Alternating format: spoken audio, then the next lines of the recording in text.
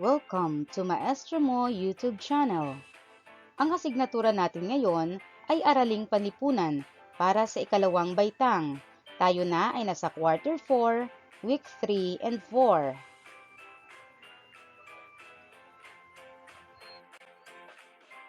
Kasanayan, naipaliliwanag na ang mga karapatang tinatamasa ay may katumbas na tungkulin bilang kasapi ng komunidad. Mga inaasahan pagkatapos ng aralin, maibibigay ang kahulugan ng salitang karapatan, maipaliliwanag ang epekto ng pagtupad o hindi pagtupad ng mga karapatan sa buhay ng tao at komunidad, maipamamalas ang kahalagahan ng mga karapatan, at mailalarawan ang kahalagahan ng komunidad sa pagtupad ng mga karapatan.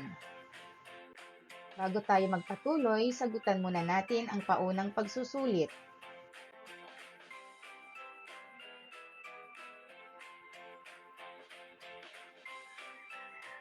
Panuto, piliin sa loob ng kahon ang karapatan ng mamamayan na tinutugunan sa bawat bilang.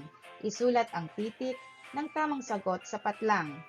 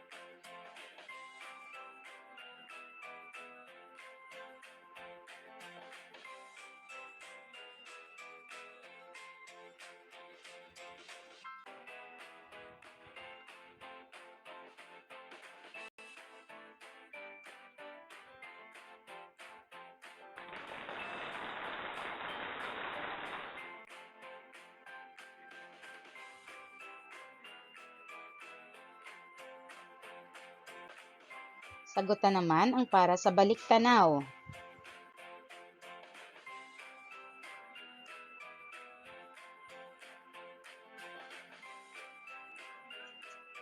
Panuto, isulat sa patlang ang tamang sagot. Piliin ang sagot sa bilog.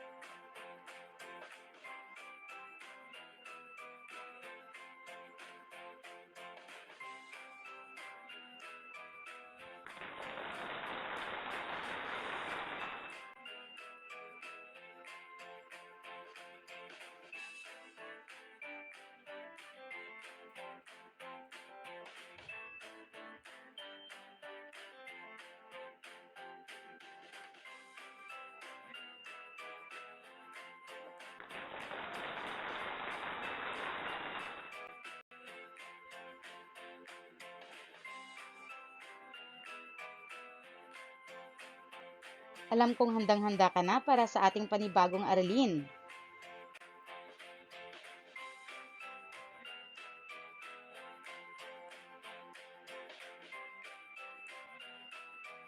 Tingnan ang mga nasa larawan. Isulat ang unang titik ng mga sumusunod na pagkain. Isulat ito sa patlang.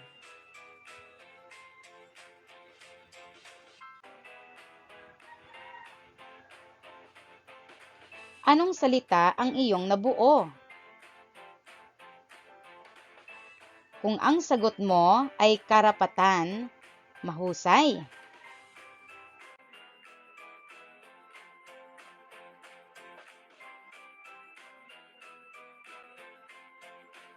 Ang bawat bata kagaya mo ay mayroong karapatan na dapat tinatamasa.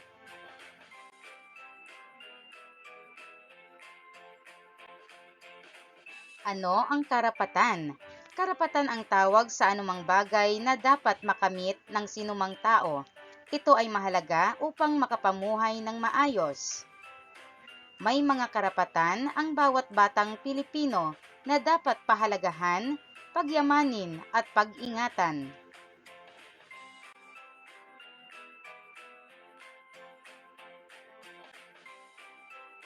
Ating pagtuunan ng pansin ang universal na deklarasyon ng mga karapatan na ipinahayag sa United Nations Organization o samahan ng nagkakaisang bansa. Ito rin ay itinaguyod ng ating konstitusyon upang pangalagaan ang karapatan ng mga batang isinilang. Narito ang mga karapatan na dapat matamasa.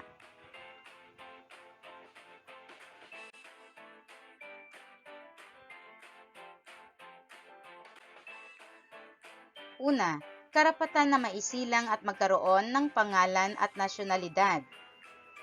Tungkulin ng isang ina na pangalagaan ang kanyang pagbubuntis upang maging malusog ang isisilang na sanggol.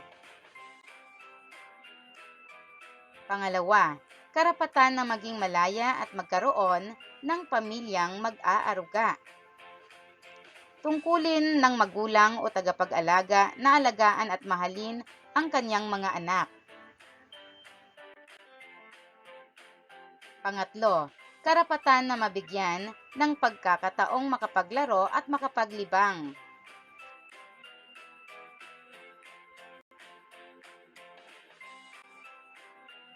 Pang-apat, karapatan na mabigyan ng sapat na edukasyon.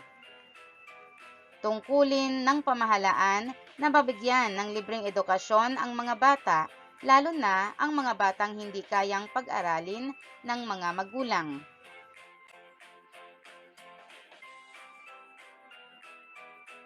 Panglima, karapatan sa sapat na pagkain, pabahay at pangangalagang pangkalusugan.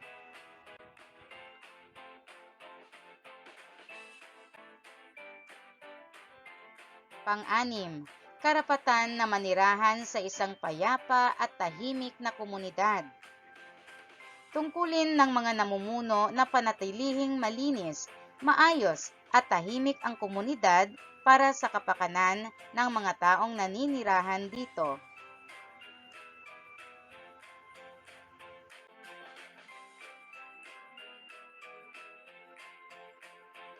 Pangpito, karapatan na mapaunlad ang sariling kakayahan.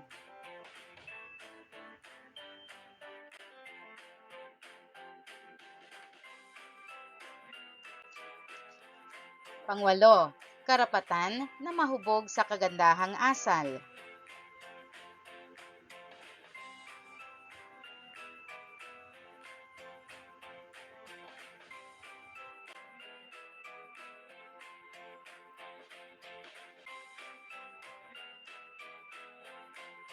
Pangsyam, karapatan na mabigyan ng proteksyon laban sa pagsasamantala, panganib at karahasang dulot ng paglalaban. Tungkulin ng pamahalaan na pangalagaan ang mga batang naaabuso sa tahanan dahil sa pananakit ng magulang at mga batang naaabuso ng ibang tao. Bawat karapatan ay may katumbas na tungkulin na dapat isagawa ng buong puso at may pagkukusa. Dapat pahalagahan ang ginagawang pangangalaga at pagpapatupad ng komunidad sa mga karapatan ng bawat tao.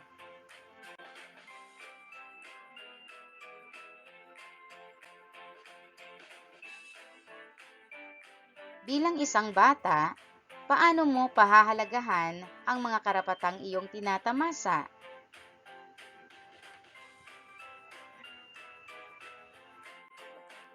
Ngayon, subukan ang iyong galing sa pamamagitan ng pagsagot ng mga gawain.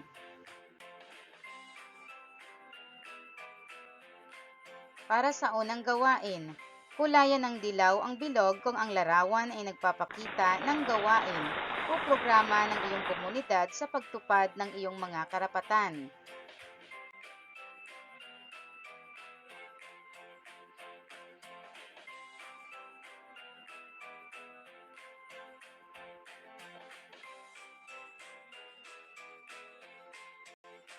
Para sa ikalawang gawain, gumuhit ng puso kung ipinatutupad ng komunidad ang mga karapatan ng maayos at bituin naman kung hindi.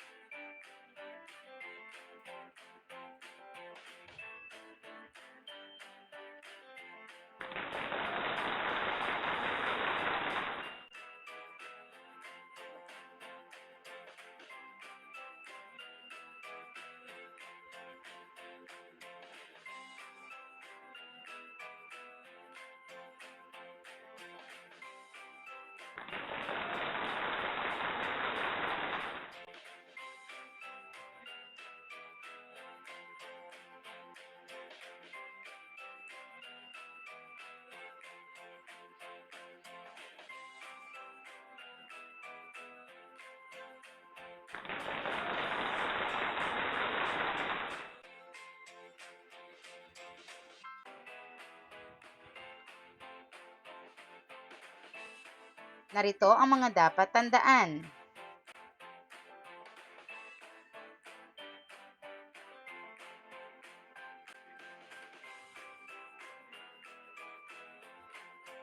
Bawat batang Pilipino ay may pantay-pantay na mga karapatan, katulad ng karapatang maisilang, mahalin, unawain at pangalagaan, mabuhay sa isang malinis na kapaligiran, magkaroon ng sapat na pagkain, tirahan at pangangalagang pangkalusugan.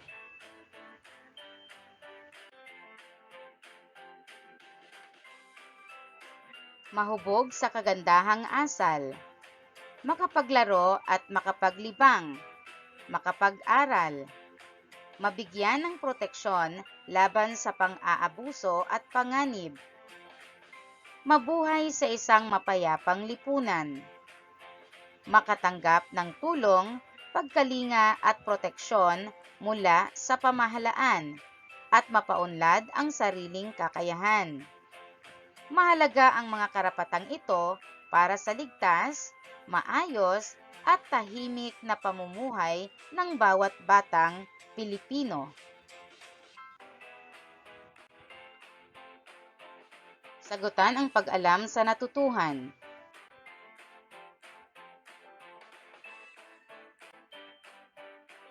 Kompletuhin ang kaisipan sa ibaba ng usapan.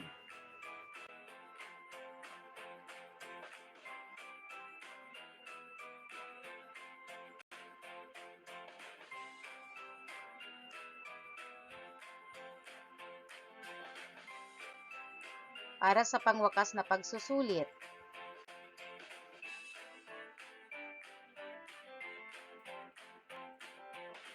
panuto. Basahin ang bawat pangungusap, piliin at bilugan ang tamang sagot.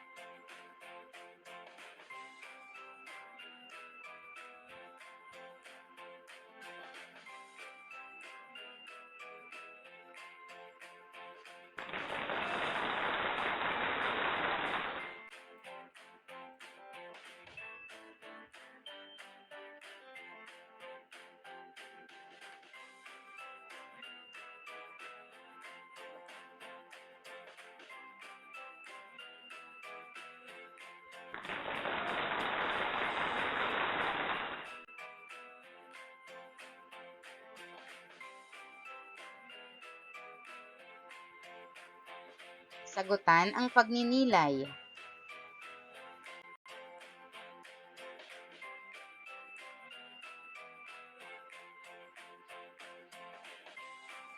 Iguhit sa loob ng mga lobo ang mga karapatang nararanasan mo sa iyong komunidad.